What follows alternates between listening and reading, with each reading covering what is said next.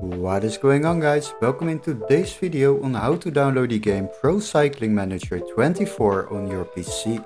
So the first step is open your Google browser, and before we start I would like to ask you to subscribe to our channel and like the video to support us.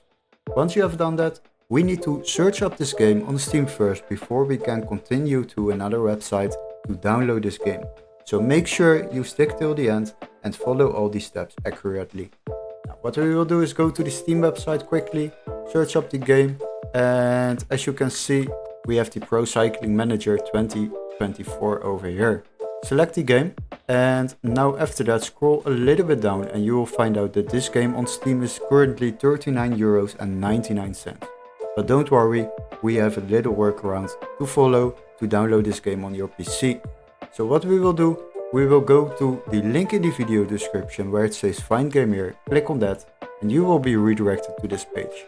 Now search up the same game, Pro Cycling Manager 24, and after that select games on the left side.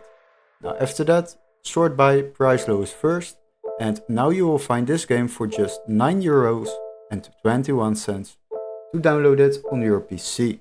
So much cheaper than on Steam itself. As you can see, €10 it is now.